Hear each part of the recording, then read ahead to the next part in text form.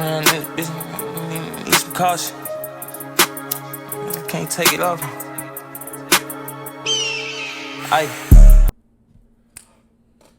We back again. Shit, teleport junkie. Yes, sir. Shout out to Rilo. It's that time. Popeyes, y'all know y'all wrong. I did have to expose Popeyes real quick. They doing a frozen lemonade and then a chilled lemonade.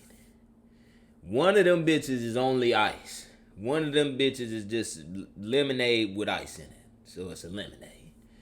Y'all lying to people. Y'all need to stop doing that. Alright? Because y'all know people was ordering frozen and chilled. What's the difference? Y'all know what people doing. Y'all know y'all wrong for that. Let's get into what's going on, man. You feel me? Because I know what y'all want to see. First off, let's just break down. Tory Lanez was in his prime, man. Tory Lanez was in his prime. He threatened, I think it was Atlantic Records. He said that he'll expose them. Let me go to it. Tory Lanez threatens to expose record label. And I spelled that all type of crazy. Okay, so he threatened to expose Interscope Records, right? He told them, and essentially he wanted them to let him go. What ended up happening is they let him go, though, right? He dropped the album. I don't know which album it was. This was back in like 2019, which makes sense because it was right before the pandemic. When the pandemic hit, Tory Lanez became bigger than he ever was, right? So let's see what he dropped in 2019. Chicks Tape 5, that couldn't have been it, because that's always just been him. If Chicks Tape 5 was I think Chicks Tape 5 was the last thing he had to drop for them, which is any Chicks Tape is that. So he coming off of Chicks Tape 5, he independent now. He started his own record label, Umbrella. And then he started putting out his own music his own way. The pandemic happens. He starts Quarantine Radio, which was the biggest thing that the pandemic had seen, that the world had seen for a second. He gained, I think, 30% of his 10 million followers at that time. Because I remember like looking it up and researching and shit. He gained like 30% of his followers off of the Quarantine Radio shit. So that's millions of followers just off of something, off of the spur of the moment. This is what circumstances life gave me. I'm making I'm making lemonade. Y'all knew what I meant. Yeah, he made lemonade out of them lemons. You feel me? So, of course, and I believe Quarantine Radio inspired Versus TV, because the very first Versus I had ever seen, anybody had ever seen, because it started on Instagram Live, which is what Tory Lanez became the king of. It was Tory Lanez versus French Montana. And French Montana won that Versus battle. But what it started was the actual company Versus, which is a multi-million dollar, probably $1 billion company at this point. You feel me? And that idea started from Tory Lanez. This is an independent artist who's reaching his highest magnitude fresh from being off of a label and threatening to expose that label. You feel me? So keep all this in mind. So you got that, right? Let's look at Quarantine Radio, because, I mean, he became the hottest nigga out, man. He went and bagged him a Meg Thee Stallion around this time. And I don't care to get into, the whole spiel, but I think he bagged Kylie Jenner in the process. Look at this, though, man. This is my man in his prime. Quarantine. This is him.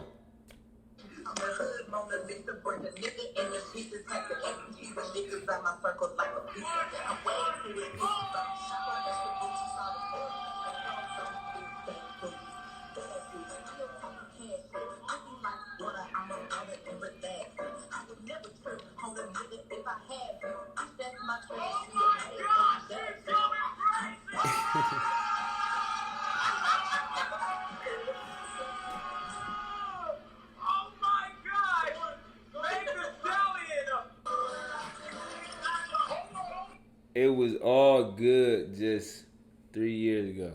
They ruined my man's life, man. They ruined his life, but not only was he becoming the biggest presence on social media, finding a way to maneuver around the obstacles that the pandemic had for artists to face. Not only that, but y'all know the battle that the writers and actors got. It's the streaming battle right now, you know? And artists are just as much a part of that, you feel me, as the writers and actors, whether they realize it or not. The problem is we don't know how much a stream is worth. And it's a compensation thing, you know. These production companies or these record labels, they're determining what the value of a stream and how much an artist, writer, or actor is owed in residual from that stream, and then they're taking the rest. You feel me? And it's overdrawn. You feel me? It's overdue that creators look at it and say, "Hey, we being manipulated." You feel me? And pretty soon we're not gonna be needed because we done gave too much of ourselves. You got AI is capable of doing a lot more than what they done showed us, and I'll just say that. But Tory Lanez comes out with his own way of dropping music, and he decides to drop music that I think it was behind the paywall, but you had to pay $1 for it, and you can buy as many copies as you wanted. So let's say he had 20,000 people buy 2 copies, right, a piece.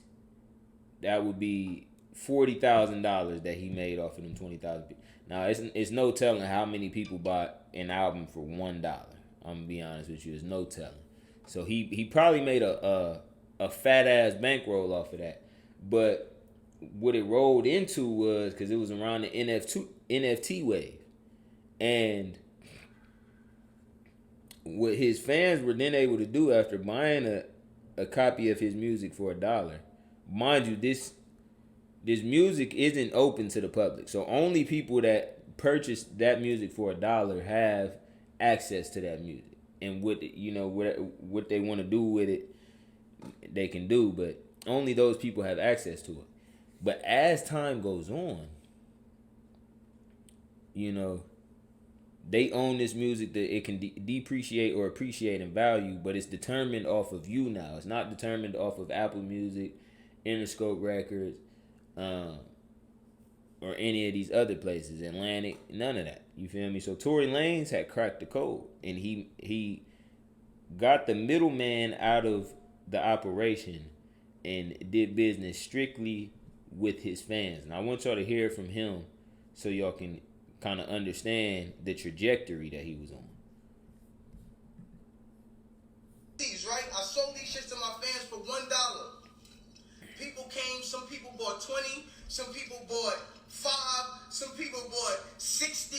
It doesn't matter how much you bought. It was only $1. You spent $60, you bought 60. I need y'all to understand. One of those copies right now is going for 50,000, 60,000, 60,000. Yo, my nigga, and these are sold. They're sold. Go look at the list right now and see how small the sellers list is getting. Y'all don't understand what the fuck is going on? Y'all don't understand I just cracked the fucking industry?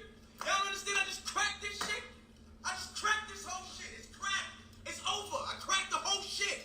It's over. It's over. No more middleman. All y'all artists out there, fuck your label. Fuck the nigga that's telling you, yo, you gotta wait for this day on Spotify and on this. Fuck that. Nigga, it's over. Y'all gonna get paid. And your fans gonna get paid. And they gonna keep coming to you. Why? Because y'all making money together. This the digital trap house. Welcome, niggas. You're fucking welcome. We here. We here. You understand why I'm going so crazy? I can't believe I did this shit my fucking self. This may not make sense to niggas like y'all. Some of y'all niggas, it hasn't registered yet. It hasn't got there yet. It hasn't got there. Y'all niggas like, yo, why is he screaming? These, right? I sold these shits to my fans for... I sold these shits to my fans, y'all. Valid points were made. the digital trapping is a crazy point that was made, because I don't think you can highlight enough how much money artists don't know is on the table. And knowledge is power. You feel me? So if you don't know it's there, you don't know that you can do something about it. Or you don't even think to do something about it. You feel me? But y'all let me know what y'all think. I think Tory Lanez was on to something. I think record labels and record companies were out to get him. And that's the real reason behind this 10-year sentence. I mean, he didn't. I've seen people who got arrested for manslaughter. Manslaughter. Actually, not only pulling the trigger, hitting somebody, but killing them. You know. And that's not manslaughter. I believe that's murder, but whatever the case may be, y'all correct me wherever y'all see fit. You feel me? Y'all let me know how y'all feel about this bitch, man.